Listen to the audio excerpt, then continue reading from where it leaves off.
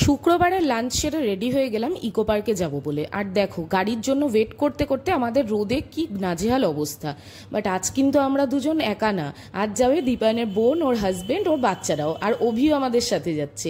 এবার এতজনে মিলে তো এক গাড়িতে সম্ভব না, তাই আমাদেরকে দুটো গাড়ি বুক করতে হলো।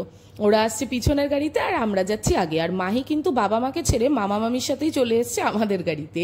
তো ইকো পার্কে পৌঁছেই আমরা প্রথমে বসে গেলাম আমাদের খাওয়া দাওয়ার নিয়ে। তো খাওয়া দাওয়া সেরে নিয়ে আমরা তারপরে গেলাম সাইক্লিংয়ের জন্য। আর সাইকেলিংয়ে কিন্তু এখানে শুধুমাত্র ওমার মাহি না, ওদেরকে কিছুক্ষণ পর সাইকেল থেকে নামিয়ে দিয়ে আমি আর দীপায়নও চড়ে বসেছি। আর দেখো আমার কিন্তু সাইকেলিং করতে গিয়ে খুব নাজেহাল অবস্থা হয়ে গেছিল, তাও দীপায়ন সামনে ছিল বলে ও সামলে নিয়েছে।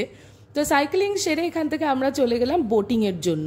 তো বোটিংয়ে গিয়ে এখানে স্পিড বোট, লঞ্চ অনেক অপশান ছিল, বাট আমরা কিন্তু বেছে নিয়েছিলাম নাওয়ের অপশানটা, কেননা এখানে সুন্দর ওয়েদারটাকে এনজয় করব বলে। আর এখানেও আমাদেরকে দুটো নাওই নিতে হয়েছে, দুটো নাও নিয়ে আমরা এখানে খুব এনজয় করেছি। আর দেখো এবার ওয়েদারটা সন্ধে হয়ে এসেছিল, তার সাথে মেঘলা করে এসছে, তো এই জন্যই আমাদের খুব ভালো লেগেছে এই নাওয়ের রাইডটা। নাওয়ের রাইড থেকে আমরা গোলা খেতে চলে এলাম। গোলা হাতে নিয়ে আমরা এগোচ্ছিলাম মিস গার্ডেনের দিকে, বাট দুর্ভাগ্যবশত 6টার সময় মিস গার্ডেন বন্ধ হয়ে যাওয়ায় আমরা আর যেতে পারলাম না। তাই ফোয়ারার সামনে এসেই দুধের স্বাদ ঘোলে মেটানো আর কি। আর দেখতে পাচ্ছ আমার পিছনে ওই যে আমাদের ক্যামেরাম্যান এখানে রেডি হয়ে গেছে ফটো তোলার জন্য।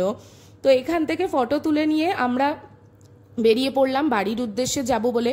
বাট সেখানেও হলো আরেক বিপত্তি। ওলার জন্য ওয়েট করতে করতে না পেয়ে শেষ পর্যন্ত আমাদেরকে অটো করে বাড়ি ফিরতে হলো। সবাই মিলে উঠে পড়লাম একখানা অটোতে, আর অটো করেই আমরা পৌঁছে গেলাম বাড়িতে। আর বাড়িতে এসে দেখো এতক্ষণ পর আমাদেরকে দেখে চিনির কি অবস্থা।